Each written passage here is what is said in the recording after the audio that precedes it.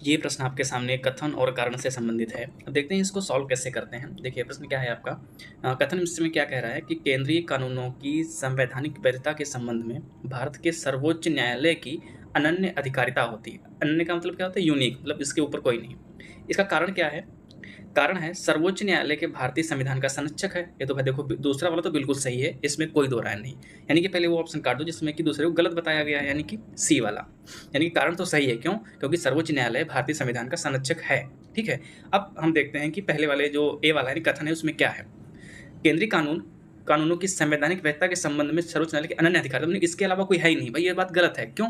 क्योंकि जो कानून संसद या विधान सभा या विधान परिषद बनाती है तो उसमें क्या है, जो उसके राज्य के उच्च न्यायालय हैं उनकी भी जो है अधिकारिता रहती है।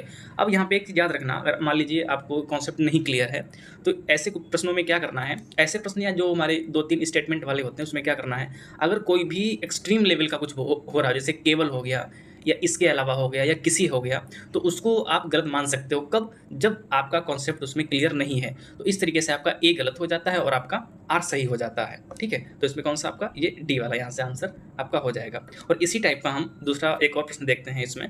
देखिए इसमें क्या कह रहा है, जो हमारा कथन है, कथन क्या है कि जनहित याचिका जन सहयोगी नागरिकों को न्यायालय तक जाने की स्वीकृति देता है। बिल्कुल सही है, क्यों? क्योंकि अगर आप किसी भी मामले में पीआईएल यानी कि पब्लिक इंटरेस्ट लिटिगेशन दायर करते हो तो सीधा आप कोर्ट जा सकते हो।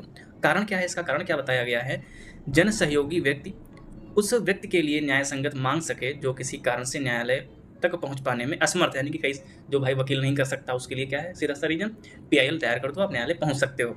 अब इसको कैसे करेंगे? देखिए अब इस प्रकार के प्रश्न में अगर मान लीजिए आपको तुक्का बिठाना है, अगर नहीं यार ये सब कब है, जब आपको कॉन्सेप्ट नहीं क्लियर है, तो क्या करना है, इसमें एक वर्ड जोड़ना है। अगर कथन से कारण पे आ रहे हैं तो यहाँ पे क्या जोड़ना है? क्योंकि। अब उसको पढ़ते हैं, क्योंकि लगाकर हम पढ़ते हैं कि जनहित याचिका जन सहयोगी नागरिकों को न्यायालय तक जाने की स्वीकृति देती है। अब यहाँ पे क्योंकि लगाएं, क्योंकि जन सहयोगी व्यक्ति उस व्यक्ति के लिए न्याय मांग सके जो किसी कारण से न्यायालय तक पहुंच नहीं सकता, यानी कि पहुंच नहीं सकता, असमर्थ है। तो हमारा सेंटेंस पूरा हो रहा है ना, तो इस तरीके से दोनों सही हैं और जो कारण है वो एक ही व्याख्या कर रहा है। तो इस तरीके से हमारा जो आंसर है वो ए हो जाएगा।